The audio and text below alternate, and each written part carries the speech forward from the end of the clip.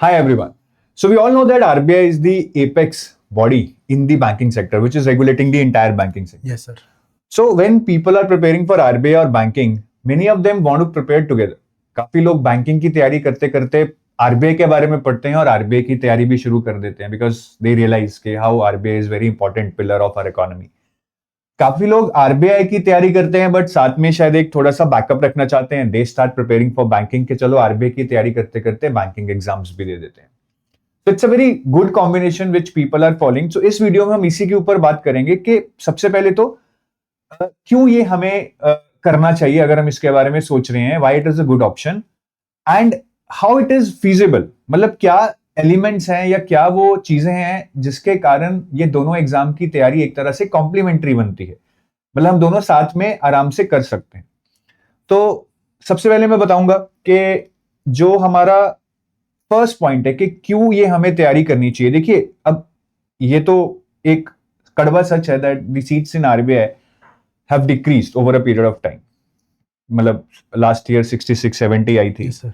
अभी इस साल भी ऐसी उम्मीद तो नहीं है कि कोई 250-300 आ जाएंगे unless until grade A comes. So due to less seats कहीं ना कहीं हमें रहता है कि यार हम और एग्जाम्स भी दें so that we have more number of seats to compete for and maybe our chances will increase. हालांकि कंपटीशन तो बैंकिंग में भी बहुत है और काफी लोग जो बैंकिंग की तैयारी कर रहे हैं दे स्टार्ट एस्पायरिंग कि यार बैंकिंग की तो तैयारी हो गई है या ये तो लग रहा है कि हो जाएगा, let me Aspire for even bigger exam like RBI which is in total differently. तो ये कुछ रीजंस हैं जिसकी वजह से लोग इसकी तैयारी करना चाहते हैं. अब क्या ये फिजिबल है विष्णु सर, मेरा ये क्वेश्चन रहेगा मेन है कि काफी बार हम बहुत सारे एग्जाम्स सोचते तो हैं. मतलब मैं भी जब अपने करियर के प्राइम में था, एग्जाम्स को प्रिपेयर कर रहा था, तो मेरा भी मन करता था कि मैं कैट का एग्जाम भी दे दूं, मैं सीएफए भी कर लूं, मैं कोई और जीमेट करके बाहर भी चला जाऊं. But at the end of the day I realise कि मैं इतने एग्जाम संभाल नहीं पा रहा था क्योंकि हर चीज की अलग तैयारी थी, टाइम नहीं होता था. सो व्हेन वी से कि आरबीआई और बैंकिंग की इकट्ठी तैयारी फीजिबल है या नहीं, तो सबसे पहले फीजिबल है. और है तो क्यों है सर? ऐसा क्या है ओवरलैपिंग एलिमेंट या सिलेबस ओवरलैप जिसकी वजह से ये फिजिबल बनती है? पहला तो सर क्या फिजिबल है, तो आंसर होगा यस फिजिबल है. एक तो जो सिमिलैरिटी कहीं ना कहीं बच्चों के दिमाग में भी आ रही होगी, पहली तो ये कि सर दोनों ही एग्जाम आईबीपीएस कंडक्ट करता है सेम. यानी कि चाहे आरबीआई का पेपर देख लो, चाहे आप बैंकिंग का कोई भी एग्जाम होगा, ये सारे के सारे आईबीपीएस ही कंडक्ट करता है. और जो रूट है ना, वहां से जो कॉमन सब्जेक्ट है वो तो सेम ही रहता है. जैसे आरबीआई में अगर क्वांट पूछेगा या बैंकिंग एग्जाम में क्वांट पूछता है, अगर मैं एसबीआई वगैरह देखूं तो थोड़ा लेवल हाई होता है, बट आरबीआई का लेवल भी कम नहीं है. ठीक है, तो वहीं से जो पैटर्न्स हैं, नए पैटर्न्स हैं, वो कॉपी होते रहते हैं नीचे. ईयर बाय ईयर कोई नए टाइप की चीज इंट्रोड्यूस हुई, वो अगले साल आरबीआई में पूछ ली. तो बहुत सारी सिमिलैरिटी है. पहली चीज तो सिमिलैरिटी यही है कि आईबीपीएस कंडक्ट करा रहे हैं. तो आईबीपीएस आपका कहने का मतलब है कि एसबीआई में आईबीपीएस में जैसे मेंस में जो लेवल है वही तकरीबन आरबीआई का लेवल है. यहाँ पे थोड़ा सा हम प्लस कह सकते हैं एसबीआई. हाँ सर.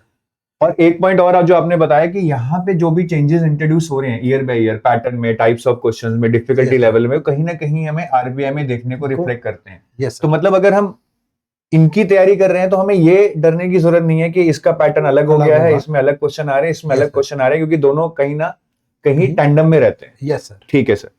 उसके बाद अगर मैं देखूं तो सब्जेक्ट बहुत सारे कॉमन है. अगर आरबीआई के फेज 1 में देखोगे तो क्यूआरई है प्लस जीए है. और अगर बैंकिंग एग्जाम में चाहे मैं कोई भी उठा लूं यहाँ से, एसबीआई, आईबीपीएस, इन सब में प्री में तो क्यूआरई होता ही है, क्वांट रीजनिंग इंग्लिश, और मेंस में भी क्यूआरई है और प्लस जीए है. और इसके अलावा अगर आप देखोगे एसबीआई में या आईबीपीएस में डिस्क्रिप्टिव पेपर भी होता है सर. और आरबीआई के फेज 2 में भी एक पेपर 2 डिस्क्रिप्टिव होता है और उनमें भी सिमिलरिटी है कि अगर आईबीपीएस में देखें तो लेटर और ऐसे आता है. एसबीआई में थोड़ा पैटर्न चेंज हुआ है इस बार, जिसमें ईमेल राइटिंग, आपका एक सिचुएशन एनालिसिस, रिपोर्ट राइटिंग, और ये सारी चीजें आरबीआई के फेज 2 में भी आती है.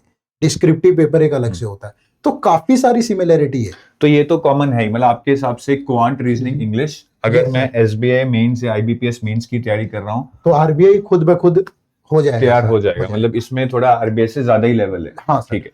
जीए थोड़ा बहुत कॉमन है बट आई थिंक काफी डिफरेंट भी है क्योंकि आरबीआई में स्कीम्स, रिपोर्ट्स, आरबीआई नोटिफिकेशंस थोड़ा डेप्थ में पूछे जाते हैं. वेटेज ज्यादा है. बट वही है कि करंट अफेयर तो हम भी बोलते हैं कि पिछले 3 महीने मोस्ट इंपोर्टेंट, 6 महीने अगर आप कर लोगे तो वो तो कॉमन रहेगा ही। 30% हम कॉमन मान लेते हैं, इससे ज्यादा तो नहीं नहीं होगा। होगा। डिस्क्रिप्टिव इंग्लिश में आई थिंक जो स्किल है वो ऑलमोस्ट सेम यूज हो सेम जाएगी। यूज हो जाएगी। हालांकि एसबीआई में आप बोल रहे हो लेटर राइटिंग आता है, नहीं एसबीआई में चेंज हुआ, आईबीपीएस में लेटर और ऐसे आता है, और जो एसबीआई है उसमें situation analysis, email writing, report writing, प्रेसी writing आता है। तो प्रेसी राइटिंग कॉमन हो गया एसबीआई के साथ, और ऐसे राइटिंग कॉमन हो गया आईबीपीएस के साथ। ठीक है, तो ये कुछ कॉमन एलिमेंट्स हैं। तो मतलब बेसिकली फेज 1 में काफी सिमिलरिटी है, बिल्कुल और फेज 2 में हालांकि FM ESI descriptive FM ESI वो अलग है, डिस्क्रिप्टिव इंग्लिश में थोड़ा है। मतलब फेज 1 में हम बोले सिमिलरिटी है, फेज 2 में ज्यादा नहीं। फेज 2 में नहीं।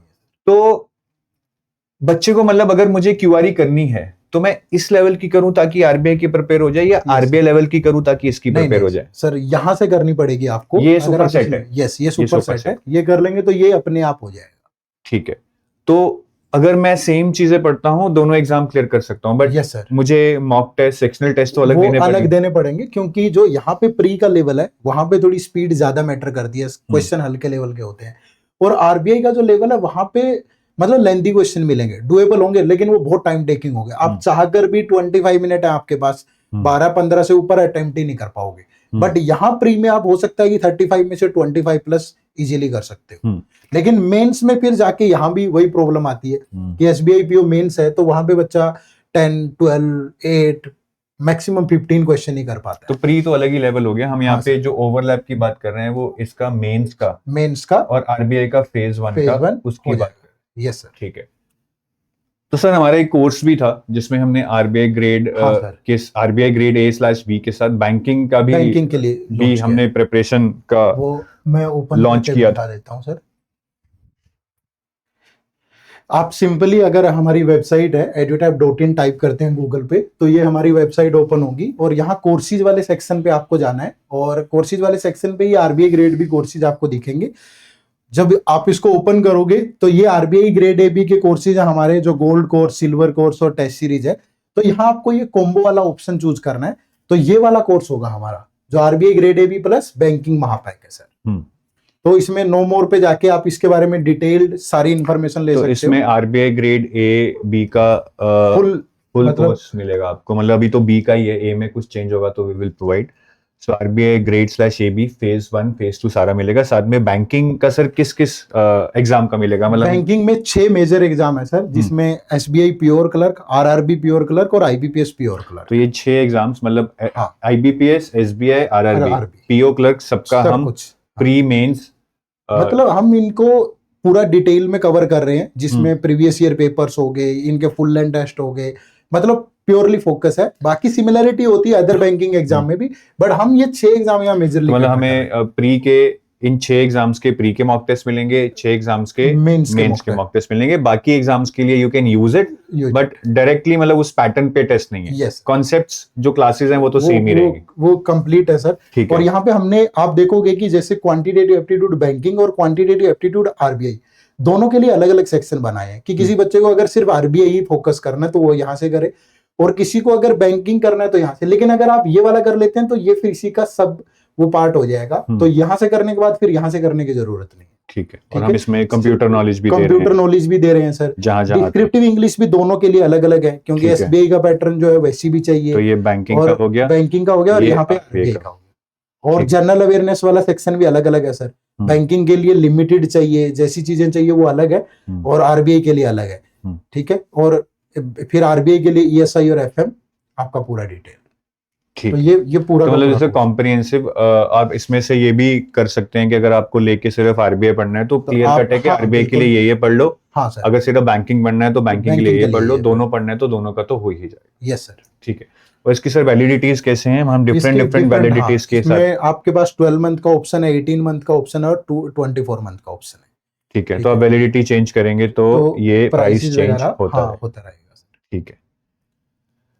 ठीक है सर, और कुछ आप बताना चाहें इस कोर्स के बारे में? मतलब कोर्स के बारे में तो सर यहाँ पे मैं यही बोलूंगा कि आरबीआई ग्रेड ए भी आपका full pre phase 1 phase 2 interview guidance, और बैंकिंग एग्जाम में भी आपको प्रीलिम्स, मेंस और इंटरव्यू गाइडेंस सब चीजें प्रोवाइड होंगी। मतलब जब आप तैयारी करने की सोचते हो वहां से लेकर के फाइनल सिलेक्शन तक जो भी स्टेप्स आपके रिक्वायर्ड है, जहां जो भी चीजें चाहिए वो सब मिलेगा इसके अंदर।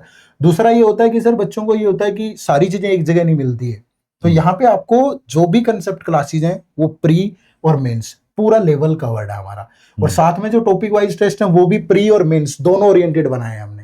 फिर हमने पीओ लेवल के लिए अलग से मिनी मॉक टेस्ट दिए, क्लैरी के लिए अलग से दिए हैं, और आरबीआई के लिए अलग से दिए हैं सेक्शनल टेस्ट, जो क्वांट, रीजनिंग, इंग्लिश के अलग से हैं। फिर फुल लेंथ टेस्ट सबके अलग अलग हैं। पिछले 4 साल के प्रीवियस ईयर पेपर वो सारे 6 एग्जाम्स के सबके PO clerk, SBI PO clerk और आरबीआई के भी सबके 6 साल के लिए। यस सर, पूरा 4 साल के बैंकिंग के पूरे विद सॉल्यूशन।